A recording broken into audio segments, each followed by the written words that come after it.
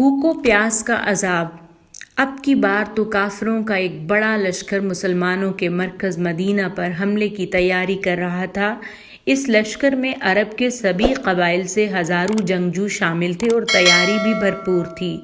سارے عرب کے کافروں کا منصوبہ تھا کہ اس دفعہ مسلمانوں اور اسلام کو جڑ سے اکھاڑ پھینکا جائے۔ ادھر جب نبی کرم صلی اللہ علیہ وسلم کو کافروں کے اس منصوبے کی خبر ہوئی تو آپ نے مقابلہ کے لیے صحابہ رضی اللہ عنہ سے مشورہ کیا۔ آپ نے پیارے نبی صلی اللہ علیہ وسلم کے پیارے صحابی سلمان فارسی رضی اللہ عنہ کا نام تو سنا ہی ہوگا۔ جب کافروں نے مسلمانوں کے ساتھ جنگ کرنے کے لیے مدینہ منورہ پر چڑھائی کرنے کا پروگرام بنایا تو اس وقت پیارے نبی صلی اللہ علیہ وسلم نے اپنے صحابہ رضی اللہ عنہ سے مشورہ کیا کہ کافروں کا کس طرح مقابلہ کیا جائے۔ تو سلمان فارسی رضی اللہ عنہ نے مشورہ دیا کہ ہمیں مدینے کے ایک طرف خندق کھود لینی چاہیے تاکہ اس طرف سے دشمن ہم تک نہ پہنچ سکے اور ہم دشمنوں کو خندق کی طرف سے دوسری طرف ہی روک کر شکست دے دیں۔ سلمان فارسی رضی اللہ عنہ کے اس مشورے کو رسول اللہ صلی اللہ علیہ وسلم نے بہت پسند کیا۔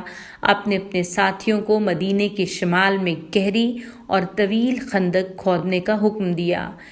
کیا آپ جانتے ہیں کہ 5544 میٹر لمبی، 100 میٹر چوڑی اور 3.25 میٹر گہری خندق کھودنے کا مشکل ترین کام کیسے مکمل ہوا؟ جو ہمارے پیارے نبی صلی اللہ علیہ وسلم نے خندق کی کھدائی کے لیے کام کو اس طرح تقسیم کیا کہ آپ نے 10 آدمیوں کے مجموعے بنائے اور ہر مجموعے کو 40 ہاتھ خندق کھودنے کا کام سونپ دیا۔ خندق کھودنے والوں کی تعداد تقریباً 1000 تھی اور رسول اللہ صلی اللہ علیہ وسلم خود بھی خندق کھودنے والوں میں شریک تھے۔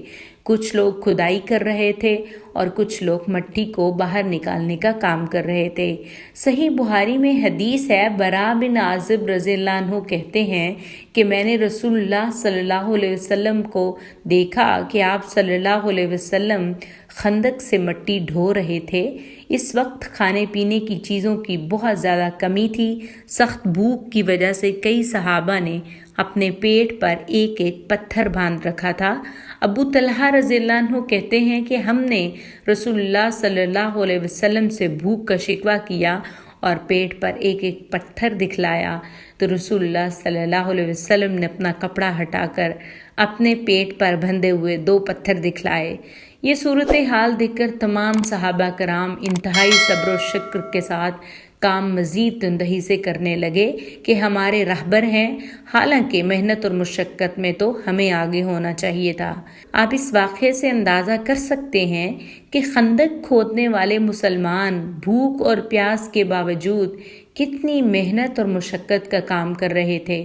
خندق کی کھدائی کے دوران اگر کوئی مرحلہ مشکل پیش آیا تو صحابہ کرام نبی کریم صلی اللہ علیہ وسلم کو بتاتے تھے، جیسا کہ براء بن عازب رضی اللہ عنہ بیان کرتے ہیں کہ خندق کی کھدائی کے دوران ایک سخت چٹان آ گئی جس پر کدال کا کوئی اثر نہیں ہوتا تھا، تو ہم نے رسول اللہ صلی اللہ علیہ وسلم سے اس کا ذکر کیا۔ آپ صلی اللہ علیہ وسلم تشریف لائے، کدال لی اور بسم اللہ کہہ کر ایک ضرب لگائی تو چٹان کا ایک ٹکڑا ہو گیا۔ پھر آپ صلی اللہ علیہ وسلم نے فرمایا، اللہ اکبر، مجھے ملک شام کی کنجیاں دے دی گئی ہیں۔ پھر آپ صلی اللہ علیہ وسلم نے دوسری ضرب لگائی تو ایک دوسرا ٹکڑا کٹ گیا اور فرمایا، اللہ اکبر، مجھے یمن کی کنجیاں دے دی گئی ہیں۔ ہمارے پیارے رسول اللہ صلی اللہ علیہ وسلم اور آپ صلی اللہ علیہ وسلم کے صحابہ کرام کے دن بھر مل جل کر مسلسل محنت، صبر اور حوصلہ کے ساتھ کام کرنے کی وجہ سے خندق کھودنے کا انتہائی مشکل کام مکمل ہوا۔ جب کافروں نے مکہ مدینے میں مسلمانوں پر حملہ کیا تو وہ خندق عبور نہ کر سکے اور شکست کھا کر واپس لوٹ گئے۔ اس طرح اللہ تعالیٰ نے مسلمانوں کی محنت کو قبول کیا اور فتح سے نوازا۔ اس لیے آپ بھی اندازہ لگا سکتے ہیں کہ اسلام کو بچانے کے لیے نبی کریم صلی اللہ علیہ وسلم نے اور ان کے ساتھیوں نے کتنی قربانیاں دی اور مشقتیں اٹھائیں، پھر یہ دین ہم تک پہنچا۔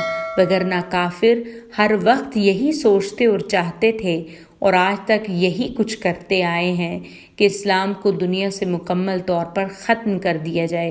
ہمیں بھی یہ دیکھنا اور سمجھنا چاہیے کہ اگر ہم بھی اپنے پیارے رسول صلی اللہ علیہ وسلم کے طریقے کے مطابق خلوص اور محنت کے ساتھ کام کریں تو اللہ تعالی ہمیں بھی کامیابی دے گا، اور ہم بھی خندق کھودنے والوں کی طرح روزانہ محنت کے ساتھ مل جل کر کام کریں تو کوئی بھی کام ہمارے لیے مشکل نہیں ہو سکتا۔ اس دنیا میں بڑی بڑی عمارتیں، سڑکیں، پل، ٹیلی فون، بجلی اور دیگر ایسے ہی نظام اور چیزیں انسان نے آہستہ آہستہ اور مل جل کر بنائی ہیں۔